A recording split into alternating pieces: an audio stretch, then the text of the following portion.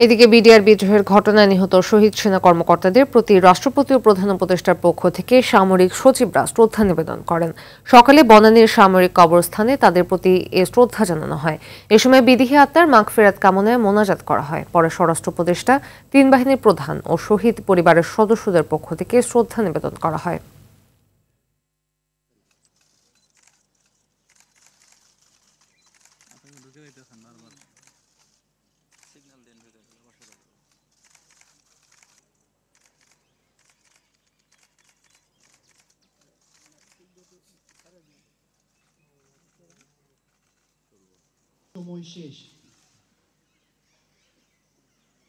তাদের দুইটা মেইন দাবি ছিল, একটা হলো বিচারের দাবি আর একটা হলো এই শহীদ সেনা দিবস ঘোষণা করা।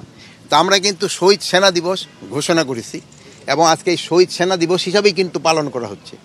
আর আরেকটা দাবি ছিল যে বিচার, ওই জন্য কিন্তু আমরা কমিশন করে দিয়েছি এবং কমিশনের 24শে জানুয়ারি থেকে মনে হয় শুরু হয়েছে কমিশনের কাজ। এটা তাদের 3 মাস সময় দেওয়া হয়েছে। তাদের রিপোর্টের বেসিসে আমরা যারা যারা দোষী সাব্যস্ত হবে তাদেরও বিচারে আনতে নেওয়া হবে। দর্শক, শোকাবহ পিলখানা ট্র্যাজেডির জাতীয় শহীদ সেনা দিবস পালনের সর্বশেষ খবর জানাতে বনানী কবরস্থান থেকে যুক্ত হচ্ছেন সহকর্মী বিপুল দেবরায়। বিপুল, শ্রদ্ধা শেষে নিহতের স্বজনরা কি বলছেন, সেই সাথে সেখানে শ্রদ্ধা নিবেদনের আনুষ্ঠানিকতা সম্পর্কে জানাবেন।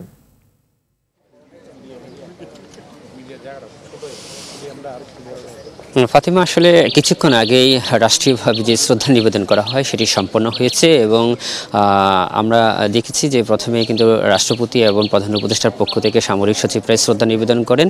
এর পরবর্তীতে আমরা দেখেছি স্বরাষ্ট্র উপদেষ্টার শ্রদ্ধা নিবেদন করার পরে সামরিক সচিব এবং অন্যান্য পরিবারের যে সদস্য রয়েছেন, যে নিহত শহীদ পরিবারের সদস্যদের পক্ষ থেকে শ্রদ্ধা নিবেদন করা হয় এবং আমরা আজকের মতোই এখানে আনুষ্ঠানিকতা যে শ্রদ্ধা নিবেদনে সেটি সম্পন্ন হয়েছে এবং এখানে দোয়া মোনাজাতের যে বিষয়টি সেটিও সম্পন্ন হয়েছে। তবে আপনি যে বিষয়টি জানতে চেয়েছেন যে পরিবারের পক্ষ থেকে আসলে বরাবরের মতোই তারা বলছেন তাদের ন্যায় বিচার প্রতিষ্ঠা করতে চায়, অর্থাৎ কোনো যাতে বিচার, যাতে নির্দোষ কোনো ব্যক্তি যাতে এই বিচারের আওতায় না আসে সেটির কিন্তু তারা দাবি জানিয়েছেন। সেই সাথে তারা বলছেন যে দীর্ঘদিনের যে দাবিটি সেটি হচ্ছে শহীদ সেনা দিবসের যে বিষয়টি, সেনা দিবসের শহীদ দিবসের যে বিষয়টি সেটি এবছর থেকে পালন করা হচ্ছে। বর্তমান সরকার সেটাকে শহীদ সেনা দিবস হিসাবে পালন করার যে অনুমতি দিয়েছেন এতে তারা অনেকটা আনন্দিত। তবে তারা বারবারই বলছেন যে আসলে যারা বিচারের নামে বা যারা অপরাধী না, তাদেরকে প্রকৃত অপরাধী না, তাদেরকে বের করে দেওয়া হচ্ছে, তাদের যে বিষয়টি সেটা তারা অন্যভাবে দেখছেন। এবং